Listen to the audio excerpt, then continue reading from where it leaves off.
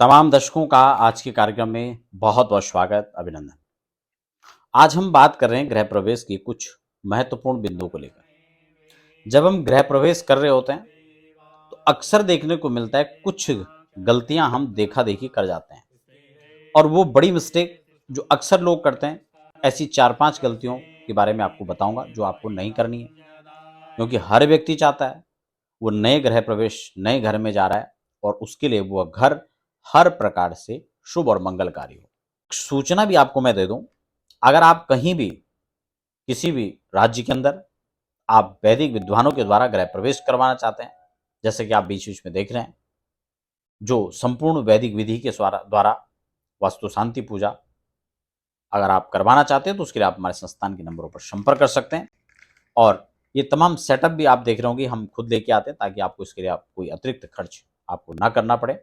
क्या ऐसी चीजें हैं, कौन सी ऐसी गलतियां हैं जो आपने अक्सर करते हुए लोगों को देखा होगा, और हो सकता है कि आप भी उस गलती के चपेट में आ जाते अगर आप इस वीडियो को नहीं देख रहे होते तो मैं उसी पर चर्चा करूंगा। नए दर्शक है तो फटाफट चैनल को सब्सक्राइब कर लीजिए, साथ ही बेल आइकन प्रेस कर लीजिए, ताकि आने वाले समय में भी आपको ऐसी इंफॉर्मेटिव चर्चाएं या फिर अध्यात्म, ज्योतिष, वास्तु, मुहूर्त, ये तमाम जानकारियां आपको हमारे चैनल पर प्रमाणिक रूप से मिलती हैं। तो पहली बड़ी मिस्टेक जो अक्सर लोग करते हैं, आपने देखा होगा, जब हम गृह प्रवेश करते हैं तो द्वार पर ही ये बड़ी मिस्टेक लोग करते हैं प्रवेश के समय। अच्छा, प्रवेश करने से पूर्व प्रवेश का एक निर्धारित लगन आप जरूर निकालें, क्योंकि मुहूर्त का एक नियम है, सर्वे दोषा विनिश्यन्ति लग्न शुद्धिर यदा भवेत्।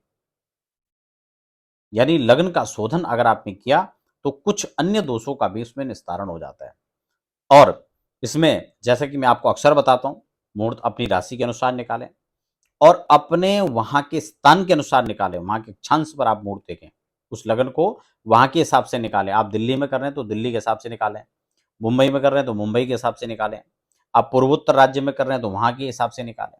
तो इस बात को आपको ध्यान रखना है। गोचर में राशि अनुकूल होनी चाहिए, चंद्रमा राशि के अनुकूल होना चाहिए, विशेषकर चौथे, 8वें और 12वें स्थान में तो बिल्कुल नहीं होना चाहिए। जो आपको खर्च, अतिरिक्त व्यय, रोग, परेशानियां इसका कारण बन सकता है। इसलिए नए घर में अक्सर कई बार क्या होता है कि लोग चले तो जाते हैं, लेकिन वहां शुभ की जगह उनको अशुभ संकेत नजर आने लगते हैं। कई प्रकार की परेशानी, व्यवधान, संकट उनके ऊपर मंडराने लगता है। तो इसलिए इन चीजों को ध्यान रखें। एक योग्य आचार्य से आप उस मुहूर्त को निकालने के बाद फिर आप उसमें एक पर्टिकुलर एक शुभ लगन के अंदर प्रवेश करें। और फिर जब प्रवेश कर रहे हो तो जो गलतियां मैं आपको बताने वाला हूं, कई बार आपने देखा होगा लोग लोटे में अनाज भर लेते हैं और फिर उसको ठोकर मार करके फिर अंदर चले जाते हैं, उसको वहां पर गिरा देते हैं। तो क्या ये शुभ है? ये बिल्कुल भी शुभ नहीं है, क्योंकि अन्न को ब्रह्म माना गया, हम पात्र में भर करके उसको गिरा देते हैं। जबकि नियम क्या है, विधि क्या है कि आप वरुण का पूजन करें। और कलश अगर आप रखते हैं, वैसे तो कलश स्थापना पूजन मंडप के अंदर हुआ या किचन में आप कर सकते हैं, लेकिन अगर वहां भी आप गेट पर भी आपको जो है कलश स्थापन करना है, तो आप द्वार के दोनों तरफ कलशों की स्थापना कर सकते हैं, कोई दिक्कत नहीं है।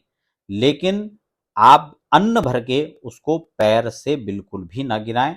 ऐसे करते हुए आपने बहुत लोगों को देखा होगा, ये बिल्कुल गलत परंपरा है, ऐसा कोई विधान आता नहीं है।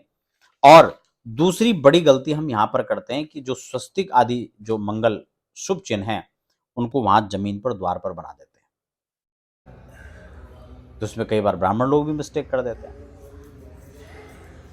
है ना।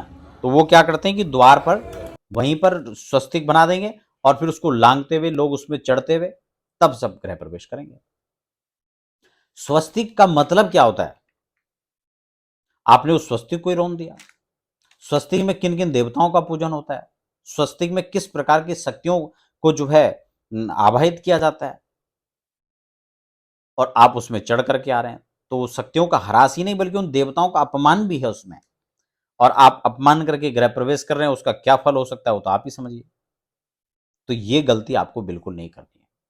दूसरा, हम लोग क्या करते हैं कि कई बार हमें लगता है कि हमारा पेंट खराब हो जाएगा, हमारे जो यंत्र वहां पर लटका रखे हैं या कोई चीज हमने इस प्रकार की बना रखी है जो फैंसी आइटम होता है, हम चाहते हैं कि उस पर हमारा स्वस्तिक हम रोली से न बनाएं या हल्दी से न बनाएं, बल्कि हम आर्टिफिशियल स्वस्तिक को, हमें लगता है बहुत अच्छा नजर आ रहा है, और वहां पर आर्टिफिशियल जो स्वस्तिक है उसको लगा देते हैं।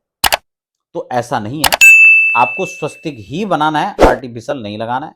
आर्टिफिशियल आप लगाते भी हैं, लेकिन उसको एनर्जेटिक करना पड़ेगा, और जो मूलतः मूल विधि है उससे स्वस्तिक बनाकर उसका पूजन करना चाहिए। उसमें लक्ष्य लाभ वृद्धि सिद्धि का पूजन करें, भगवान गणपति के का उसमें पूजन करें, लेकिन सिर्फ आर्टिफिशियल लगा करके हम उसको छोड़ दें, ऐसा बिल्कुल भी ना करें। ठीक है ना। तो ये दो चीजें आपको करनी है। दूसरा, आपने एक चीज और देखा होगा, जमीन पर स्वस्तिक बनाने के साथ साथ, अन्न को ठोकर मारने के साथ साथ, एक और चीज आपने देखा होगा जो अक्सर गलतियां लोग करते हैं। दूध गर्म करने का एक रस्म होता है जब किचन का पूजन होता है, और दूध गर्म करके हम लोग दूध को उबालते हैं, और फिर कहा जाता है कि दूध को गिराओ। यह भी एक ऐसी रूढ़िवादिता है, और उसमें लोग कहते हैं कि दूध गिराना शुभ होता है, और जबकि बहुत हास्यास्पद यह भी है कि वही लोग ये भी कहते हैं कि दूध गिरना अशुभ माना जाता है। अभी दोनों बातें तो आपस में विरोधाभास हो गया। एक तरफ आप कह रहे हैं कि दूध गिरना अशुभ होता है, एक तरफ आप कह रहे हैं कि दूध गिराइए। हालांकि ये बातें कोई शास्त्रोक्त नहीं है कि दूध को गिराया जाए। इसलिए दूध को आपको गिराना नहीं है, आप दूध को गर्म कीजिए, दूध को उबालिए, और उबालने के बाद उस दूध का आप खीर बनाइए, क्योंकि पूजा में वही खीर आप प्रयोग में लेंगे और उससे हवन भी होगा। क्लियर हो गया। दूसरा है, गृह प्रवेश में बहुत सारी पूजाएं आप लोग करा लेते हैं। हमने तो सुंदरकांड भी करवा लिया, सत्यनारायण भगवान कथा भी करवा ली, ये भी करवा लिया, सब चीज करवा लिया आपने, बहुत अच्छा, सब करवाइए। लेकिन वास्तु शांति पूजा विशेष कीजिए। वास्तु के अधिष्ठात्री भगवान शिव का पूजन, रुद्राभिषेक, ग्रह शांति, इन पूजाओं को जरूर कीजिए। वास्तु शांति के साथ प्रवेश कीजिए। और कई बार लोग यही करते हैं कि सब कुछ करवा लेते हैं और उसको छोड़ देते हैं। तो मूल जो है, जो स्ट्रक्चर का, भवन का जो अधिष्ठात्री है वास्तु, उसको जरूर कीजिए, और वास्तु के अधिष्ठात्री भगवान शिव हैं, उनका पूजन जरूर कीजिए। दूसरी एक बहुत बड़ी मिस्टेक लोग करते हैं, लोग कलशों को मिट्टी का लाते हैं, और मिट्टी के कलश कई बार रिसाव होते हैं, कई बार टूट जाते हैं, कई बार, तो ये बहुत ही अमंगलकारी सूचक होता है। इसलिए घड़े कलश, जो कलश आप रखें उसमें रिसाव नहीं होना चाहिए, टूटा नहीं होना चाहिए, खंडित नहीं होना चाहिए। इन बातों को विशेषकर ध्यान रखें। इसीलिए हो सके तो श्रेष्ठतम धातु का जो है कलश माना जाता है, आप श्रेष्ठ धातु को कलश के रूप में रख सकते हैं। तो ये थी वो कुछ खास मिस्टेक जो कि अक्सर आपने देखा होगा गृह प्रवेश के समय लोग करते हैं। तो आशा है आप इस मिस्टेक को नहीं करेंगे, और यदि आप किसी प्रकार से हमारी संस्थान से कोई सर्विस लेना चाहते हैं, चाहे मुहूर्त निकालने का हो, पूजा पाठ से संबंधित हो, या फिर किसी प्रकार से वैदिक विद्वानों के द्वारा गृह प्रवेश करवाना चाहते हैं, उसके लिए आप हमें हमारे संस्थान के नंबरों पर संपर्क कर सकते हैं।